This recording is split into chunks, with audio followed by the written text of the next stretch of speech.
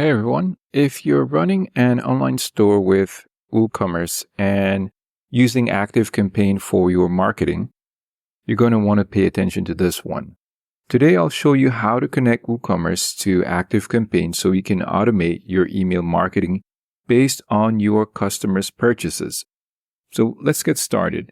First, head over to your WordPress dashboard and search for ActiveCampaign for WooCommerce plugin. So I already have this installed. So all you have to do is to click install now and activate it.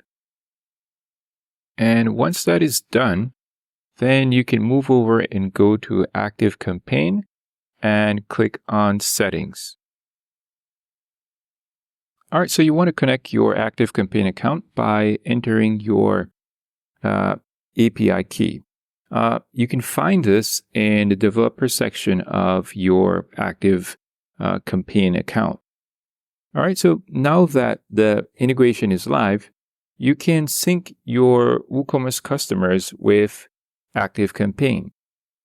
This means you can track purchase history, segment customers based on their behavior, and even set up automations triggered by purchases like sending a thank you email or a follow-up promotion.